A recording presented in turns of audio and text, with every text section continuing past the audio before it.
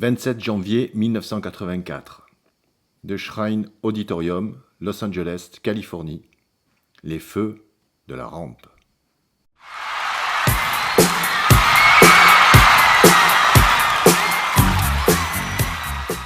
Entre le 24 décembre 1983 et le 14 avril 1984, un seul album régnait sans partage sur le hit-parade américain.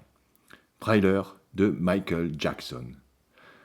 À la mi-février 1984, ses ventes étaient si considérables qu'on lui remit le titre officiel d'album le plus vendu de tous les temps, surclassant des prédécesseurs tels que la bande originale de La Mélodie du Bonheur. Le 28 février, la cérémonie annuelle des Grammy Awards organisée à Los Angeles fit la part belle au chanteur de 25 ans. Ce soir-là, il rafla un total de 8 récompenses, dont le prix du meilleur single pour Beat It, du meilleur album de l'année 1983 et, conjointement avec Quincy Jones, du meilleur enregistrement. Ce fut l'édition la plus suivie de l'histoire des Grammy à la télévision. Près de 52 millions d'Américains avaient, ce soir-là, allumé leur poste. La musique n'avait jamais été aussi populaire. À cette époque, Michael Jackson pesait plus lourd que l'ensemble de l'industrie musicale. Les producteurs des Grammy semblaient en tout cas de cet avis. Lors de la cérémonie, les caméras étaient braquées sur lui en permanence, comme si l'événement se tenait en son honneur.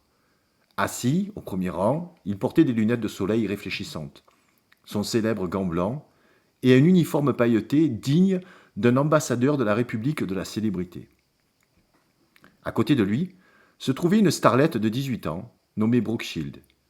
Son autre compagnon de la soirée était Emmanuel Lewis, 12 ans, star de la sitcom Webster. Malgré son âge, ce dernier mesurait à peine de plus d'1 mètre.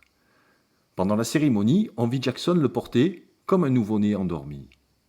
Jackson et ses 2 invités avaient tous les 3 grandi dans un environnement totalement déconnecté de la vie normale. Tous les 3 avaient été éduqués d'une main de fer par des parents tyranniques. Tous les 3 avaient eu du mal à entrer dans l'âge adulte.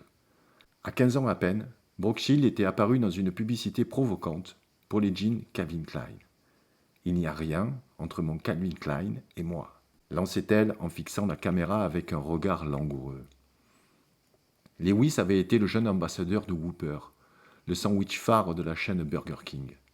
Michael, pour sa part, venait d'accepter de figurer dans une publicité pour Pepsi, au gré du deal le plus lucratif jamais passé entre une star de la musique et Madison Avenue.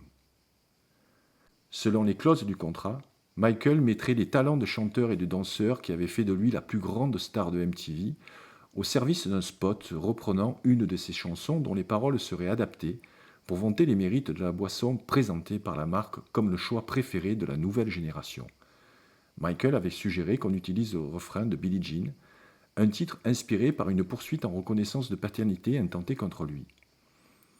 Tu es la génération Pepsi, bois une gorgée, vis au présent et goûte à l'esprit Pepsi. Si son équipe avait trouvé un terrain d'entente avec Pepsi, c'était uniquement parce qu'elle n'avait pas réussi à soutirer la somme voulue à Coca-Cola, pour qui Jackson était tout aussi prêt à jouer les ambassadeurs. En raison de son régime draconien, on stipula clairement à Pepsi qu'il n'y aurait aucune image de Michael en train de boire son produit. Son enthousiasme était une affaire de forme et non de fond, une forme au demeurant strictement limitée. Il insista pour que son visage n'apparaisse pas plus de 4 secondes, assurant au producteur que des gros plans sur ses chaussures et sa silhouette suffisaient à évoquer sa présence. Il s'était façonné sa propre marque et s'attendait à ce qu'on le reconnaisse en conséquence. Tel un athlète utilisant l'argument de ses capacités physiques pour renégocier un contrat, Jackson préférait qu'on lui exprime de l'affection et du respect sous une forme qu'il comprenait, c'est-à-dire lui offrir des sommes plus importantes qu'aucun autre entertainer avant lui. De cette manière, il espérait non seulement continuer à maintenir un train de vie d'une opulence jamais vue, mais aussi à montrer à ses frères aînés qu'il avait relégué au rang de figurant, à son père tyrannique, qu'il exhortait à effectuer une dernière tournée par égard pour ses frères, et à toutes les autres superstars, de Paul McCartney à Stevie Wonder, en passant par Barbara Streisand, qu'il avait réussi à faire tout seul ce qu'il n'avait jamais accompli.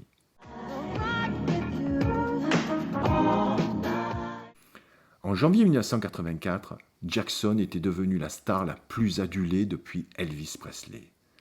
Ses ventes de disques battaient tous les records.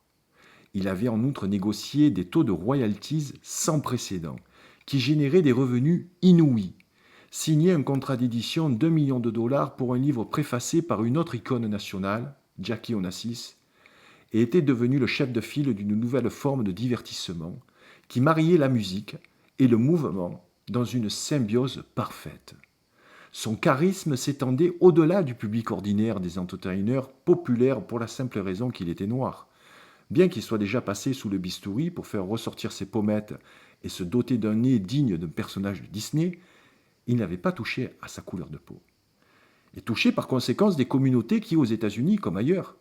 Le 27 janvier 1984, Michael se trouvait au Shrine Auditorium à Los Angeles, sur le tournage du spot publicitaire de Pepsi. Le réalisateur, Bob Giraldi, auteur des clips de Beat It et Billie Jean, était aussi un ponte de la publicité télévisée. Ce dernier se trouvait dans une loge avec Jermaine Jackson quand retentit un cri perçant qui appartenait clairement à Michael. Craignant qu'un Mark Chapman en puissance ait échappé au service de sécurité, ils se précipitèrent dans la loge de la star. Ils y trouvèrent Michael tétanisé. Il avait fait tomber un de ses gants blancs dans la cuvette des toilettes et hurlé pour qu'un larbin vienne le récupérer. Un accessoiriste, muni d'un cintre en métal, finit par effectuer l'opération de sauvetage. Le même soir, à 18h15, Jackson se trouvait sur la scène du Shrine Auditorium devant un public de plus de 3000 personnes, acheminé en autocar pour rendre sa prestation plus réaliste. Les pas de danse de Jackson étaient souvent accompagnés d'effets spéciaux pour souligner ses talents extraterrestres. Ce soir-là, il était censé surgir au milieu d'une gerbe de flammes avant de glisser vers son groupe avec sa démarche si reconnaissable, à mi-chemin entre un soldat et un Mac. La responsabilité de l'incident fait toujours débat parmi les témoins présents ce jour-là. Mais une chose est sûre, Jackson était trop proche de la gerbe de flammes. Une étincelle atterrit sur sa tête et ses cheveux prirent feu. Avec un professionnalisme saisissant, Jackson continua de danser pendant plusieurs secondes, la chevelure en flammes, jusqu'à ce que des techniciens et des agents de sécurité viennent lui porter secours, éteignent le feu avec des couvertures et l'aident à descendre de scène. On le conduisit au centre médical de Cedars-Sinai, où les médecins constatèrent des brûlures au 2e degré sur une surface de la taille de la paume de la main et sur une surface moindre, des brûlures au 3e degré. On lui prescrivit du Darvocet, un analgésique qui serait plus tard retiré du marché américain. Jackson était sur le point d'entamer sa longue descente vers la dépendance aux antidouleurs. À l'époque, l'idée même d'une possible déchéance était impensable. La domination de Michael Jackson sur un marché en passe d'exploser redéfinissait les paramètres du succès. En 1984, Thriller s'était déjà écoulé à 25 millions d'exemplaires, générant des revenus difficiles à mesurer. Jackson empochait à coup sûr des sommes si considérables que personne n'était capable de les dépenser. Jackson n'avait jamais été un prétendant au titre de rockstar. Après une longue réflexion sur la catégorie où il pouvait s'imposer, il eut l'idée de se faire appeler le roi de la pop. L'ordre fut transmis à ses attachés de presse. Il ne répondrait dorénavant qu'aux médias qu'il appellerait ainsi. Bien sûr, il savait parfaitement comment toucher le public rock, qu'il amadoua en invitant Eddie Van Halen à exécuter un solo de guitare névralgique sur Beat It. Son succès bouleversera définitivement les attentes qu'on plaçait sur les rockstars. Dans le sillage de Thriller, toutes les maisons de disques se mirent en quête d'un album capable de réaliser un crossover similaire, couvrant tous les frais de studio, tant que leur artiste acceptait d'inclure un duo country ou un titre orienté dance. Michael Jackson transforma l'industrie du disque en profondeur. Après Thriller, tous les artistes furent obligés de savoir danser en plus de chanter. Bruce Springsteen lui-même, qui jusque-là donnait dans la sueur et la hargne, tira de la foule la jeune actrice Courtney Cox pour danser avec elle dans le clip de son hit Dancing in the Dark, instaurant un rituel qu'il reproduirait avec des centaines de partenaires différentes dans des salles du monde entier devant un public toujours plus grand, venu assister à ce qu'il avait déjà vu à la télévision, cette fois-ci à une échelle monumentale.